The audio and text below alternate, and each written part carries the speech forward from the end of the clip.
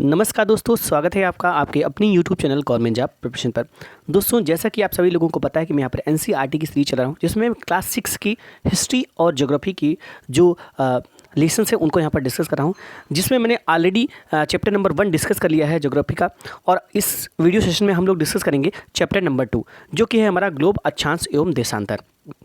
दोस्तों, अगर आप किसी भी एग्जाम की प्रिपरेशन कर रहे हैं जिसमें जीके और जीएस के क्वेश्चंस पूछे जाते हैं, तो उन सभी चीज़ों के लिए आपकी बेसिक अंडरस्टैंडिंग डेवलप करने के लिए जो एनसीईआरटी है वो आपके लिए बहुत ही ज़्यादा महत्वपूर्ण है। तो ये सारी की सारी वीडियो सीरीज आप लोग जरूर देखें। तो चलिए शुरू करते हैं आज का हमारा वीडियो सेशन। सो दोस्तों, यहाँ पर जैसा कि आप लोगों को दिख रहा है कि पिछले अध्याय में आप पढ़ चुके हैं कि हमारी पृथ्वी गोलाकार नहीं है, या उत्तर एवं दक्षिणी ध्रुव पर थोड़ी सी चपटी तथा मध्य में थोड़ी सी उभरी हुई है।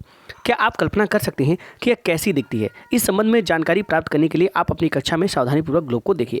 तो दोस्तों, यहाँ पर आपको ग्लोब दिख रहा होगा। वैसे यहाँ पर बात की जाएगी कि जो ध्रुवों पर चपटी है, तो ये देखिए जैसे इस तरह से कुछ पृथ्वी होती है, थोड़ा सा यहाँ पर चपटी हुई होती है और इधर की थोड़ा थोड़ा उभार इसमें होता है। और ये ध्रुव जैसे ये नॉर्थ पोल हो जाता है और ये साउथ पोल हो जाता है। तो इस तरह से कुछ इसका आकृति हुई होती है। देखिए, ग्लोब विभिन्न आकार एवं प्रकार के हो सकते हैं। बड़े ग्लोब जो आसानी से एक स्थान से दूसरे स्थान तक नहीं ले जा सकते, पॉकेट में रखने वाले ग्लोब, छोटे या गुब्बारे जैसे ग्लोब जिसमें हवा भरी जा सकती है, एक स्थान से दूसरे स्थान पर आसानी से ले जाया जा सकते हैं। ग्लोब स्थिर नहीं होते, इसे उसी प्रकार घुमाया जा सकता है जैसे कुम्हार का पहिया या लट्टू घूमता है। ग्लोब पर देशों, महाद्वीपों तथा महासागरों को उनके सही आकार में दिखाया जाता है। पृथ्वी के समान किसी गोले पर किसी बिंदु की स्थिति का वर्णन करना कठिन है। अब प्रश्न यह उठता है कि किसी स्थिति की स्थिति कैसे बताई जा सकती है। इसके लिए हमें कुछ बिंदुओं एवं रेखाओं के संदर्भ की आवश्यकता होती है। जैसे आपने देखा होगा कि जो हमारा जीपीएस सिस्टम है वो आपकी एग्जैक्ट लोकेशन को बता देता है। तो वो कैसे बता देता है? वो भी कुछ ऐसी ही टेक्नोलॉजी का यूज़ करता है और हमें एग्जैक्ट पोजीशन को बताता है। आगे जब हम इसमें पढ़ेंगे चीज़ों को तो उससे क्लियर होंगी चीज़ें हमारी। ठीक है, पृथ्वी की आप देखेंगे कि एक सुई ग्लोब में झुकी हुई अवस्था में स्थित होती है, जिसे अक्ष कहा जाता है। ग्लोब पर वे दो बिंदु जिससे होकर सुई गुजरती है उत्तर तथा दक्षिण ध्रुव हैं। ग्लोब को इसी सुई के चारों ओर पृथ्वी की भांति पश्चिम से पूर्व की ओर घुमाया जाता है। तो दोस्तों, ध्यान में रखना, जो पृथ्वी है हमारी वो पश्चिम से पूर्व की ओर घूमती है। ठीक है, लेकिन याद रखें इन दोनों में एक अंतर है। पृथ्वी पर वास्तव में ऐसी कोई सुई नहीं होती या अपने अक्ष पर चारों ओर घूमती है, जो एक काल्पनिक रेखा है। एक काल्पनिक रेखा भी ग्लोब को दो बराबर भागों में बांटती है। अब दोस्तों, एक काल्पनिक रेखा और होती है जो ग्लोब को क्या करती है, दो बराबर भागों में बांटती है। इसे विषुवत वृत्त कहा जाता है। जैसे कि मान लीजिए आप एक बॉल लें, अगर आप एक बॉल लेते हैं इस तरह से, उसको बीच से इस तरह से कट कर देते हैं। ठीक है, बीच से एक उधर का हेमिस्फीयर बनाते हैं और एक इधर से हेमिस्फीयर बनाते हैं। तो ये जो आपका लाइन है चारों तरफ इसके, ये हमारी जो काल्पनिक है इसे हम बोल देते हैं विषुवत रेखा। ठीक है, या भूमध्य रेखा भी इसे हम बोलते हैं। ठीक है, पृथ्वी के उत्तर में स्थित आधे भाग को उत्तरी गोलार्ध, यानी कि जो मैंने अभी बनाया पर अगर आपने का ये स्फीयर है, आप इसे यहाँ पर बीच से क्या कर दे रहे हैं, इसको कट कर दे रहे हैं, तो ऊपर का आधा भाग उत्तरी गोलार्ध कहलाता है और जो नीचे का आधा भाग होता है उसे हम दक्षिणी गोलार्ध बोलते हैं। ठीक है, और ये जो रेखाएं आपको दिख रही हैं ये आपको अक्षांश रेखाएं हैं। ये जो यहाँ पर रेखाएं इसमें बनी हुई दिख रही हैं, ये सारी की सारी रेखाएं क्या होती हैं, अक्षांश रेखाएं होती हैं। जैसे कि आप अगर यहाँ पर स्पेयर यूज करते हैं तो इस तरह से ये कुछ रेखाएं चारों तरफ इसकी घूमती हुई चलती हैं। ठीक है, तो ये क्या कहलाती हैं, अक्षांश रेखाएं। ठीक है, ये दोनों बराबर के आधे भाग होते हैं। इस प्रकार विषुवत वृत्त पृथ्वी पर एक काल्पनिक वृत्त बनाती है एवं यह पृथ्वी पर विभिन्न स्थानों की स्थिति बताने का सबसे महत्वपूर्ण संदर्भ बिंदु है। विषुवत वृत्त से ध्रुवों तक स्थित सभी समांतर वृत्तों को अक्षांश समांतर रेखाएं कहा जाता है। अक्षांशों को अंश में मापा जाता है। तो जैसा कि मैंने बताया, ये सारी की सारी जो चारों तरफ देखिए, यहाँ पर ध्रुवों पर सबसे छोटा सा यहाँ पर सर्कल है। उसके बाद जैसे जैसे यहाँ पर ध्रुवों से नीचे की तरफ जाते हैं, विषुवत रेखा की तरफ बढ़ते हैं, वैसे वैसे आपका ये सर्कल बढ़ता चला जाता है। तो ये जो सर्कल्स आपको दिख रहे हैं, जिनको हम बोलते हैं अक्षांश रेखाएं। क्या बोलते हैं इनको? हम अक्षांश रेखाएं बोल देते हैं। ठीक है, विषुवत वृत्त शून्य अक्षांश को दर्शाती है। अब जो विषुवत वृत्त है, जैसे कि मान लीजिए हमारा प्यारी अर्थ है और इसमें जो हमारा ये विषुवत वृत्त हो गया, ये हमारा एक तरह का वृत्त है, सर्कल, जो इसको दो बराबर भागों में इस अर्थ को डिवाइड कर रहा है। तो ये जो हमारी सर्कल है, ये हमारा जो है, इसे हम 0 डिग्री अक्षांश बोलेंगे। क्या बोलेंगे? 0 डिग्री। और यहाँ से जैसे जैसे ऊपर की तरफ बढ़ेंगे तो डिग्री ऑफ अक्षांश बढ़ते चले जाएंगे। ठीक है, चूँकि विषुवत वृत्त से दोनों तरफ ध्रुवों के बीच की दूरी पृथ्वी के चारों ओर के वृत्त का 1/4 है।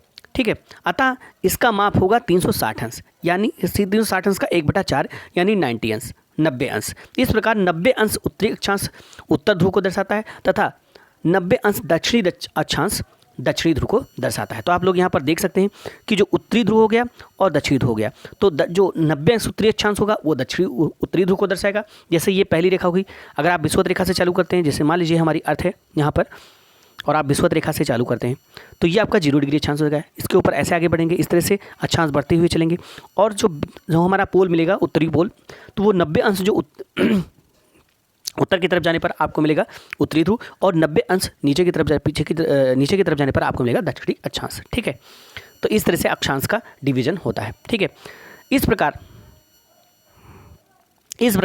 विषुवत वृत्त के उत्तर की सभी समांतर रेखाओं को उत्तरी अक्षांश कहा जाता है तथा विषुवत वृत्त के दक्षिण स्थित सभी समांतर रेखाओं को दक्षिणी अक्षांश कहा जाता है। तो जैसे ये आपका हो गया अर्थ, ये होगी आपकी विषुवत रेखा और इसके देखिए ये सारी की सारी रेखाएं ऐसे ऐसे चलेंगी इसको घेरते हुए और ये इसके समांतर होंगी। तो ये जितनी भी समांतर रेखाएं उत्तर की तरफ जा रही हैं ये सारी की सारी उत्तरी अक्षांश होंगे और जो समांतर रेखाएं यहाँ पर नीचे की तरफ ऐसे चलेंगी वो सारी की सारी समांतर रेखाएं जो कि दक्षिणी समांतर रेखाएं होंगी। ठीक है, तो वही चीज़ यहाँ पर बताई जा रही है। तथा विषुवत वृत्त के दक्षिण स्थित सभी समांतर रेखाओं को दक्षिणी अक्षांश कहा जाता है। इसीलिए प्रत्येक अक्षांश के मान के साथ उसकी दिशा यानी उत्तर या दक्षिण को लिखा जाता है। सामान्यतः इसे उ या दा अक्षर से व्यक्त किया जाता है। उदाहरण के लिए महाराष्ट्र में चंद्रपुर एवं ब्राज़ील, दक्षिणी अमेरिका में बेलो होरिजोंटे दोनों ही एक ही अक्षांश 20 डिग्री अंश पर स्थित हैं, लेकिन चंद्रपुर विषुवत वृत्त के 20 अंश उत्तरी अक्षांश में एवं बेलो होरिजोंटे विषुवत वृत्त के 20 अंश दक्षिण में स्थित है। इसीलिए हम कहते हैं कि चंद्रपुर 20 डिग्री उत्तर अक्षांश पर तथा बेलो होरिजोंटे 20 डिग्री दक्षिण अक्षांश पर स्थित है। जैसे कि आप लोग यहाँ पर चित्र में देख पाएंगे, ये हमारा हो जाता है विषुवत वृत्त, ये ऐसे चलेगा। उसके बाद यहाँ पर एक होती है कर्क रेखा और नीचे की तरफ होती है मकर रेखा। ठीक है, इस तरह से आप ऊपर की तरफ बढ़ेंगे समांतर रेखाओं में तो आपके उत्तरी अक्षांश होते चले जाएंगे और नीचे की तरफ आपके दक्षिणी अक्षांश होते चले जाएंगे। अब आ जाते हैं आगे, महत्वपूर्ण अक्षांश समांतर रेखाएं। विषुवत वृत्त जो कि 0 डिग्री होता है, उत्तर ध्रुव 90 डिग्री होता है तथा दक्षिण ध्रुव 90 डिग्री दक्षिण होता है। इसके अतिरिक्त 4 महत्वपूर्ण अक्षांश समांतर रेखाएं और भी हैं और जो 4 महत्वपूर्ण समांतर रेखाएं और हैं उनके बारे में जान लेते हैं कौन कौन सी हैं वो। उत्तरी गोलार्ध में जो हमने अभी देखा कर्क रेखा और दक्षिणी गोलार्ध में मकर रेखा। विषुवत वृत्त के 66 से 1/2 उत्तर में ध्रुव वृत्त, ठीक है, उत्तर में उत्तर ध्रुव वृत्त और विषुवत रेखा के 66.5 दक्षिण में दक्षिण ध्रुव वृत्त। आप लोग यहाँ पर इस चीज़ को आप डायग्राम में देख पाएंगे। यहाँ पर ये जो हो गया ये आपका जो मकर रेखा होता है, ये अगर हम विषुवत वृत्त जो कि हमारा 0 डिग्री अक्षांश है, इसके नीचे जैसे हम 23.5 डिग्री अक्षांश नीचे जाएंगे तो हमारी यहाँ पर मकर रेखा मिलती है और उत्तर की तरफ जैसे हम 23.5 डिग्री अक्षांश पर जाएंगे तो हमारी कर्क रेखा यहाँ पर मिल जाएगी। और उसके बाद जैसे जैसे हम आगे बढ़ेंगे और यहाँ पर 66.5 डिग्री आप जैसे ही जाएंगे उत्तर की तरफ तो आपका हो जाएगा यहाँ पर उत्तरी ध्रुव वृत्त और जैसे ही आप 66 डिग्री की दक्षिण की तरफ जाएंगे आपका दक्षिणी ध्रुव मिल जाएगा। तो इस तरह से 4 और यहाँ पर काल्पनिक रेखाएं बनाई गई हैं। ठीक है, पृथ्वी के ताप कटिबंध। अब हम जानेंगे पृथ्वी के ताप कटिबंध के बारे में। ठीक है, तो यहाँ पर इसके बारे में भी जानकारी इसमें दी गई, इसी फिगर को देखेंगे तो देख लेते हैं। यहाँ पर कर्क रेखा एवं मकर रेखा के बीच के सभी अक्षांशों पर सूर्य वर्ष में एक बार दोपहर में सिर के ठीक ऊपर होता है। इसीलिए इस क्षेत्र में सबसे अधिक ऊष्मा प्राप्त होती है तथा इसे उष्ण कटिबंध कहा जाता है। तो दोस्तों यहाँ पर जो ये आप लोग यहाँ पर देख पाएंगे, ये जो कर्क और मकर रेखा के बीच का एरिया है, ये जो एरिया है कर्क और मकर रेखाओं के बीच का एरिया, ये आपको जो दिखता है एरिया, इस एरिया पर जो है सूर्य की किरणें वर्ष में एक बार सीधी चढ़ती हैं। इसी वजह से क्या होता है, सबसे ज़्यादा यहाँ पर गर्मी होती है और इसी एरिया को हम उष्ण कटिबंध बोलते हैं। ठीक है, ये जो एरिया हमारा होता है ये हमारा उष्ण कटिबंध एरिया के अंतर्गत आता है। ठीक है, आगे बढ़ते हैं। कर्क रेखा तथा मकर रेखा के बाद किसी भी अक्षांश पर दोपहर का सूर्य कभी भी सिर के ऊपर नहीं होता है। ध्रुव की तरफ सूर्य की किरणें तिरछी होती जाती हैं। इस प्रकार उत्तरी गोलार्ध में कर्क रेखा एवं उत्तर ध्रुव वृत्त तथा दक्षिणी गोलार्ध में मकर रेखा एवं दक्षिण ध्रुव वृत्त के बीच वाले क्षेत्र का तापमान मध्यम रहता है, इसीलिए इन्हें शीतोष्ण कटिबंध कहा जाता है। अब यहाँ पर बात की जा रही है उत्तरी ध्रुव गोलार्ध में कर्क रेखा और उत्तरी ध्रुव वृत्त यानी कि ये वाला जो एरिया है, इस एरिया का जो तापमान है वो मध्यम रहता है, इसलिए इसे शीतोष्ण कटिबंध कहा जाता है। और अगर नीचे की तरफ जाएंगे तो ये जो आपको एरिया यहाँ पर दिखता है मकर रेखा और दक्षिण ध्रुव वृत्त के बीच का जो एरिया है इसको आप बोलते हैं शीतोष्ण कटिबंध। ठीक है, दक्षिणी शीतोष्ण कटिबंध और वो हो जाएगा उत्तरी शीतोष्ण कटिबंध। ठीक है, तो ये आप लोग यहाँ पर देख पाएंगे। उत्तरी गोलार्ध में उत्तर ध्रुव वृत्त एवं उत्तरी ध्रुव तथा दक्षिणी गोलार्ध में दक्षिण ध्रुववृत्त एवं दक्षिणी ध्रुव के बीच के क्षेत्र में ठंड बहुत होती है, क्योंकि यहाँ सूर्य क्षितिज से ज़्यादा ऊपर नहीं आ पाता, इसीलिए ये शीत कटिबंध कहलाते हैं। अब अगर हम शीत कटिबंध की बात यहाँ पर करते हैं तो उत्तरी गोलार्ध में जो हमारा उत्तरी ध्रुव वृत्त है ये वाला, और जो उत्तरी ध्रुव है यानी कि ये जो एरिया है, और दक्षिणी गोलार्ध में दक्षिणी ध्रुव वृत्त और जो हमारा दक्षिणी ध्रुव है इसके बीच का ये एरिया, जिन एरिया पर सूर्य की किरणें बहुत ज़्यादा तिरछी पड़ती हैं, ठीक है, और इसी वजह से क्या होता है यहाँ पर जो है बहुत ही ज़्यादा ठंडी होती है, और इसे हम शीत कटिबंध बोलते हैं। क्या बोल देते हैं इसको हम? शीत कटिबंध, ठीक है। अब हम आ जाते हैं, अभी तक हमने पढ़ा अक्षांश रेखाएं जो कि उत्तर और दक्षिण में चलती हैं, ठीक है, सर्कल बनाते हुए, और जैसे जैसे हम ध्रुव की तरफ बढ़ते हैं सर्कल छोटा होता चला जाता है उन रेखाओं को, और जैसे जैसे हम विषुवत रेखा की तरफ आते हैं सर्कल वो बड़ा होता चला जाता है। अब आते हैं हम देशांतर रेखाएं। किसी स्थान की स्थिति को बताने के लिए उस स्थान के अक्षांश के अतिरिक्त कुछ और जानकारियों की आवश्यकता होती है। आप देख सकते हैं कि प्रशांत महासागर में स्थित टोंगा द्वीप एवं हिंद महासागर में स्थित मॉरिशस द्वीप एक ही अक्षांश यानी कि 20 डिग्री दक्षिण, ठीक है, पर स्थित हैं। उनकी सही स्थिति जानने के लिए यह पता लगाना होगा कि उत्तर ध्रुव को दक्षिण ध्रुव से जोड़ने वाली संदर्भ रेखा से पूर्व या पश्चिम की ओर इन स्थानों की दूरी कितनी है, ठीक है। यहाँ पर बात की जा रही है कि उनकी स्थिति जानने के लिए यह पता लगाना होगा कि उत्तर ध्रुव को दक्षिण ध्रुव से जोड़ने वाली संदर्भ रेखा से पूर्व या पश्चिम की ओर इन स्थानों की दूरी कितनी है। इन संदर्भ रेखाओं को देशांतर या म्यामोत्तर रेखाएं कहते हैं तथा इनके बीच की दूरी को देशांतर के अंशों में मापा जाता है। प्रत्येक अंश को मिनट में तथा मिनट को सेकंड में विभाजित किया जाता है। ये अर्धवृत्त हैं तथा उनके बीच की दूरी ध्रुवों की तरफ बढ़ने पर घटती जाती है एवं ध्रुवों पर शून्य हो जाती है। जहाँ सभी देशांतरी या म्यामोत्तर आपस में मिलती हैं, अक्षांश समांतर रेखाओं से भिन्न सभी देशांतर या म्योत्तरों की लंबाई समान होती है। अब जैसे उसमें मैंने बताया था कि जो सर्कल थे, जैसे विषुवत वृत्त का सर्कल सबसे बड़ा था, उसके बाद जैसे जैसे ऊपर बढ़ते सर्कल छोटा होता जाता था, मतलब कि उनकी रेखाएं छोटी होती जाती थी। लेकिन यहाँ पर क्या होता है, जो देशांतर रेखाएं होती हैं हर जगह बराबर होती हैं, ये छोटी नहीं होती, सब जगह क्या होती हैं, समान होती हैं। अभी हम बताएंगे कि ये क्या होती हैं, ठीक है। इसीलिए इन्हें सिर्फ मुख्य संख्याओं में व्यक्त करना कठिन था। तब सभी देशों ने निश्चय किया कि ग्रीनिच, जहां ब्रिटिश राज की वेधशाला स्थित है, से गुजरने वाली याम्योत्तर से पूर्व और पश्चिम की ओर गिनती शुरू की जाए। इस याम्योत्तर को प्रमुख याम्योत्तर कहते हैं। इसका मान 0 डिग्री देशांतर है तथा यहाँ से हम 180 डिग्री पूर्व या 180 डिग्री पश्चिम तक गणना करते हैं, ठीक है। प्रमुख याम्योत्तर तथा 180 डिग्री याम्योत्तर मिलकर पृथ्वी को दो समान भागों, ठीक है, 80 डिग्री याम्योत्तर मिलकर पृथ्वी को दो समान भागों पूर्वी गोलार्ध एवं उत्तरी गोलार्धों में विभाजित करती है।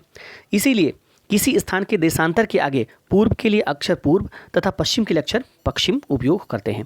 यह जानना रोचक होगा कि 180 डिग्री पूर्व और 180 डिग्री पश्चिम याम्योत्तर एक ही रेखा पर स्थित है, ठीक है। अब ग्लोब पर अक्षांश समांतर रेखाएं एवं देशांतरी याम्योत्तर के द्वारा बनी ग्रिड को देखें। अगर आपको किसी स्थान के अक्षांश और देशांतर का सही जानकारी है तो ग्लोब पर आप उस स्थान का पता आसानी से लगा सकते हैं। उदाहरण के लिए असम में धुबरी 26 डिग्री उत्तर अक्षांश एवं 90 डिग्री पूर्व देशांतर पर स्थित है। अब उस बिंदु को देखें, यहाँ ये दोनों रेखाएं एक दूसरे को काटती हैं। यह बिंदु धुबरी की सही स्थिति को दर्शाएगा, ठीक है। अब यहाँ पर देखिए, हम आपको बता देते हैं, यहाँ पर जैसे मान लीजिए हमने बात की थी कि ये हो गई हमारी विषुवत रेखा, और इसके ऊपर जैसे जैसे जाएंगे तो ये उत्तरी अक्षांश और ये दक्षिण अक्षांश रेखाएं होती चली जाएंगी। लेकिन यहाँ पर क्या होता है, इस उत्तरी ध्रुव और दक्षिण ध्रुव को मिलाकर ये रेखाएं जो बनेगी तो ये हो जाएगी 0 डिग्री अक्षांश, ठीक है। ये क्या हो जाएगी, 0 डिग्री देशांतर रेखा, और ये हमारा जो ब्रिटिश के ग्रीनिच, ठीक है, वहाँ से होकर गुजरती है और इसे 0 मान लिया गया। अब इसके उत्तर में जाएंगे आप, अब इसके किधर जा सकते हैं आप, ऐसे जा सकते हैं, ऐसे ये हमारी जो रेखाएं मिलती चली जाएंगी। ये रेखाएं हमारा पूर्व की तरफ चली जाएंगी, और ये जो रेखाएं चलेंगी ये हमारी किधर चलेंगी, ये हमारी रेखाएं जो चलेंगी ये हमारे पश्चिम की तरफ चलेंगी। तो ये हो जाएंगी पश्चिम देशांतर रेखाएं और ये हो जाएंगी पूर्वी देशांतर रेखाएं। तो पश्चिमी देशांतर रेखाएं और पूर्वी देशांतर रेखाएं इस तरह से यहाँ पर बन जाती हैं, ठीक है। अब मान लीजिए आप किसी ये जो होती हैं, अब ये 180 डिग्री तक जाएंगी, मतलब ये 180 रेखाएं यहाँ पर इधर चलेंगी और 180 रेखाएं इधर चलेंगी, 1 डिग्री का डिफरेंस रहेगा, और इस तरह से यहाँ पर आप लोग इनको देख पाएंगे। और जैसा कि मैंने बताया था कि देखिए विषुवत वृत्त जब इधर चला फिर आगे बढ़े तो देखो ये जो वृत्त छोटा हो गया, फिर ये उससे भी छोटा हो गया। लेकिन यहाँ पर जैसे जैसे आप आगे बढ़ेंगे तो ये रेखाएं जो है ये आपको बराबर मिलेंगी, मतलब इधर की तरफ, और ये अर्धवृत्त बनाएंगी। ये क्या बनाएंगी, अर्धवृत्त हमेशा बनाएंगी, ठीक। और ये रेखाएं आपको बराबर मिलेंगी, इक्वल मिलेंगी, ठीक है। और जो हमारी 0 डिग्री अक्षांश है और इसके इधर साइड में अगर जाएंगे तो ये 180 डिग्री अक्षांश 180 डिग्री देशांतर हो जाएगी। मतलब मैं फिर से बना के दिखाता हूँ। मान लीजिए ये हो गया। अब ये हमारी मेन जो है 0 डिग्री देशांतर रेखा होगी। अब इसके अगर आप आगे की तरफ जाएंगे तो ये जो होगी ये 0 डिग्री होगी। सपोज यही 0 डिग्री फिर से बना देते हैं हम। ये सपोज 0 डिग्री है, ये हमारा यहाँ पर 0 डिग्री है। तो इसके पीछे की तरफ भी एक रेखा होगी। तो इस तरह से जो रेखा होगी तो ये 180 हो जाएगी और ये इधर की आगे की क्या हो जाएगी 0 डिग्री। ठीक है, तो 0 डिग्री और 180 डिग्री मिलकर जो हमारा अर्थ है या हमारी जो अर्थ स्फीयर है उसको 2 गोलार्धों में विभाजित करती है। एक आपका हो जाता है पूर्वी गोलार्ध और एक हो जाता है आपका पश्चिमी गोलार्ध। ठीक है, तो इस तरह से ये रेखाएं यहाँ पर डिवाइड की जाती हैं। अब अगर हम यहाँ पर बात करते हैं तो ये हो गई हमारी विषुवत रेखा। और जो ये रेखाएं होती हैं ये इस तरह से यहाँ पर इसके चारों तरफ देशांतर रेखाएं होती हैं ऐसे, और ये सारी की सारी रेखाएं आपस में क्या होती हैं बराबर होती हैं। अब ये जो देशांतर रेखाएं होती हैं वही बताएगा कि जो पोल की तरफ जब हम बढ़ते हैं तो इन देशांतर रेखाओं के बीच की जो ये गैपिंग है देखिए कम होती चली जाती है। ठीक है, क्या होती चली जाती है, कम होती चली जाती है। और जैसे पोल से बाहर जाते हैं इनके बीच का गैप जो क्या है बढ़ता चला जाता है, जैसे आप यहाँ पर देख पाएंगे। ठीक है, और पोल पर जाके ये सभी रेखाएं एक मिल जाती हैं आपस में। दोनों पोल्स पे जाके ये सारी की सारी देशांतर रेखाएं क्या करती हैं, मिल जाती हैं। ठीक है, तो ये आपके यहाँ पर देशांतर रेखाएं हो जाती हैं जो कि 0 से 180 डिग्री पूर्व की तरफ और 180 डिग्री दक्षिण की तरफ बढ़ती हैं। ठीक है, तो ये हमारा यहाँ पर आप देख सकते हैं, इससे आप समझ सकते हैं। अब इसका मतलब आप क्या अंदाज़ा लगा सकते हैं। मान लीजिए एक अर्थ है और ये हमारा विषुवत है। इस तरह से इसके ऊपर ये अक्षांश रेखाएँ हैं। ये हमारी कौन सी रेखाएँ हैं, अक्षांश रेखाएँ। और ये हमारी देशांतर रेखाएँ, ये कौन सी हैं, देशांतर रेखाएँ। अब मान लीजिए आप अगर 0 डिग्री पे, हम 0 डिग्री का अंदाज़ा करते हैं। मान लीजिए आपकी लोकेशन कहीं इस जगह है। सपोज आपकी लोकेशन कहीं इस जगह है, ये आपकी लोकेशन है, ये आपकी लोकेशन है।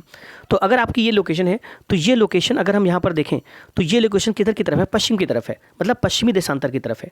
ठीक है, और अगर मान लीजिए अभी ये देशांतर रेखाएं ना होती तो इस लोकेशन का हम पता लगाते तो हम सिर्फ क्या करते, हम सिर्फ मान लीजिए ये अगर हमारी 10 डिग्री सपोज अक्षांश रेखा थी, ये जिस पर ये पड़ा हुआ है, ये मान लीजिए विषुवत रेखा पर ही, तो 0 डिग्री अक्षांश पर हम हैं। अब 0 डिग्री अक्षांश पर तो हम हैं, लेकिन हमको ये नहीं पता चला कि 0 डिग्री अक्षांश पर बाएँ तरफ है या दाएँ तरफ है। ठीक है, तो उस कंडीशन में हमें देशांतर रेखाओं की जरूरत पड़ेगी एग्जैक्ट लोकेशन को बताने के लिए कि आप 0 डिग्री अक्षांश रेखा पर तो हैं लेकिन आप बाएं साइड में हैं या आप दाएं साइड में हैं। ठीक है, तो इसके लिए आपको यहाँ पर एग्जैक्ट लोकेशन को बताने के लिए इन दोनों ही रेखाओं की जरूरत आपकी पड़ेगी। ठीक है, तो इससे आप लोग यहाँ पर समझ गए होंगे। अब यहाँ पर आप मैप देख सकते हैं। ठीक है, ये सारी चीज़ें इसमें बताई गई हैं। आगे थोड़ा सा देख लेते हैं। देशांतर और समय। ठीक है, अब आगे देखेंगे हम क्या, देशांतर और समय।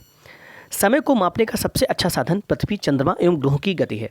सूर्योदय एवं सूर्यास्त प्रतिदिन होता है, अतः स्वाभाविक है कि यह पूरे विश्व में समय निर्धारण का सबसे अच्छा साधन है।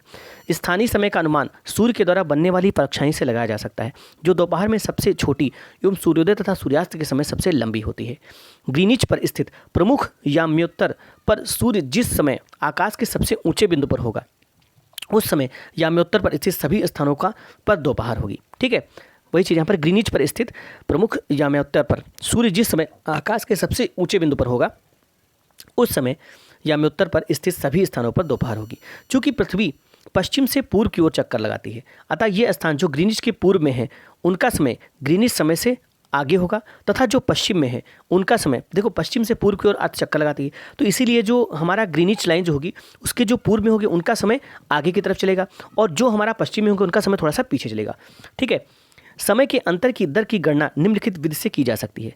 देखिए पृथ्वी अब कैसे हम देखिए करते हैं, पृथ्वी जो होती है लगभग 24 घंटे में अपने अक्ष पर 360 डिग्री घूम जाती है। ठीक है, अर्थात 1 घंटे में 15 डिग्री एवं 4 मिनट में 1 डिग्री घूमती है। ठीक है, तो 1 घंटे में वो कितना घूमती है, 15 डिग्री घूमती है, एवं 4 मिनट में वो 1 डिग्री घूमती है। ठीक, इससे आप अंदाजा रखिए 24 घंटे में अर्थ कितना घूमती है, 360 डिग्री घूमती है। तो अगर हम इससे 24 घंटे से 1 घंटे का निकालें तो 360 बटे कितना हो जाएगा, 24। ठीक है, 360 को जब हम 24 से डिवाइड करेंगे तो ये हमारा आ जाएगा 15। कितना आ जाएगा, 15। फिर से देख लेते हैं, 24 घंटे में कितना घूमती है अर्थ, 360 डिग्री। तो 1 घंटे में कितना घूमेगी, 360 बटे 24। इसको जब हम सॉल्व करेंगे तो ये हमारा कितना आ जाएगा, 15। यानी कि 1 घंटे में ये 15 डिग्री घूमती है। और 15 डिग्री जब 1 घंटे में ये घूमती है और 1 घंटे में आपका कितना टाइम होता है, 1 घंटे में 60 मिनट्स होते हैं। तो 60 मिनट में कितना घूम रही है, 15 डिग्री। तो 1 मिनट में कितना घूमने की, 15/60 यानी कि 1/4। यानी 1 मिनट में 1 डिग्री का फोर्थ हिस्सा, 1 डिग्री का फोर्थ पार्ट ये घूमेगी। 1 मिनट में 1 डिग्री का फोर्थ पार्ट घूमेगी, ठीक है। तो 4 मिनट में इसका कह सकते हैं कि हम 4 मिनट में पूरा 1 डिग्री ये घूम जाएगी। 4 मिनट में क्या है, 1 डिग्री घूम जाएगी। तो वही यहाँ पर बताया गया है कि जो है 4 मिनट में 1 डिग्री घूमती है। इस प्रकार जब ग्रीनिच में दोपहर के 12 बजते हैं तब ग्रीनिच में 15 डिग्री पूर्व में समय होगा 15 × 4 यानी कि 60 मिनट, अर्थात ग्रीनिच के समय के से 1 घंटा आगे।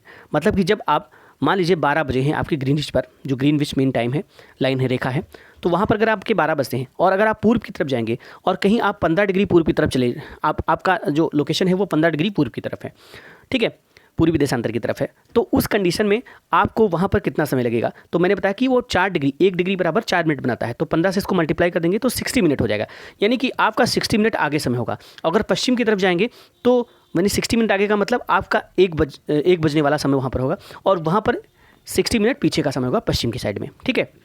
वहाँ दोपहर का 1 बजा होगा, लेकिन ग्रीनिच से 15 डिग्री पश्चिम का समय ग्रीनिच से 1 घंटा पीछे होगा, यानी वहाँ सुबह के 11 बजे होंगे।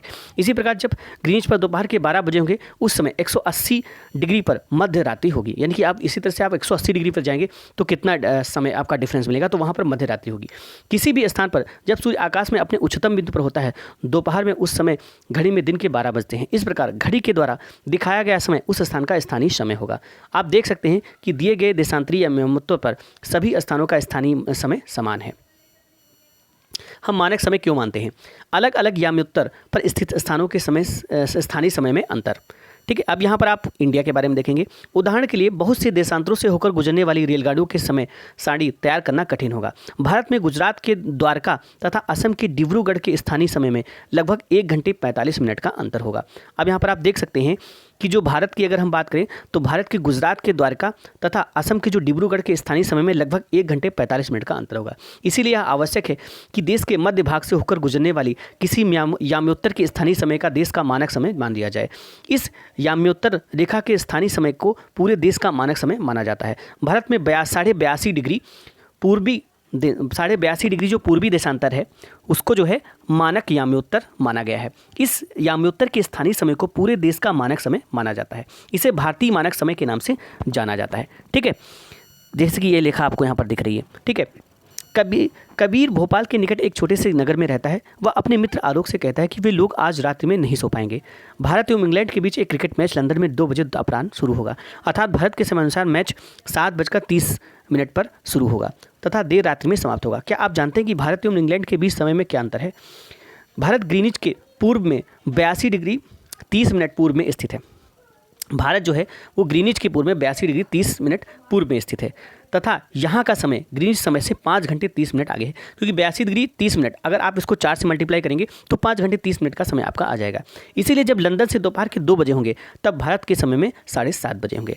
कुछ देशों का देशांतरीय विस्तार अधिक होता है जिसके कारण वहाँ 1 से अधिक मानक समय अपनाए गए हैं। उदाहरण के लिए रूस में 11 मानक समयों को अपनाया गया है। पृथ्वी को 1-1 घंटे वाले 24 समय क्षेत्रों में बांटा गया है। इस प्रकार प्रत्येक समय क्षेत्र 15 डिग्री देशांतर तक के क्षेत्र को घेरता है। तो ये दोस्तों आप लोगों ने यहाँ पर आज इस लेसन को पढ़ा है। उसके बाद इसी तरह से सीरीज़ कंटिन्यू चलती रहेगी। अगर आपको ये वीडियो पसंद आ रहा है तो इसे जरूर लाइक करें और ज़्यादा से ज़्यादा लोगों के पास शेयर करें। तो मिलते हैं इसी सीरीज़ के नए वीडियो के साथ, तब तक के लिए थैंक्स फॉर वॉचिंग।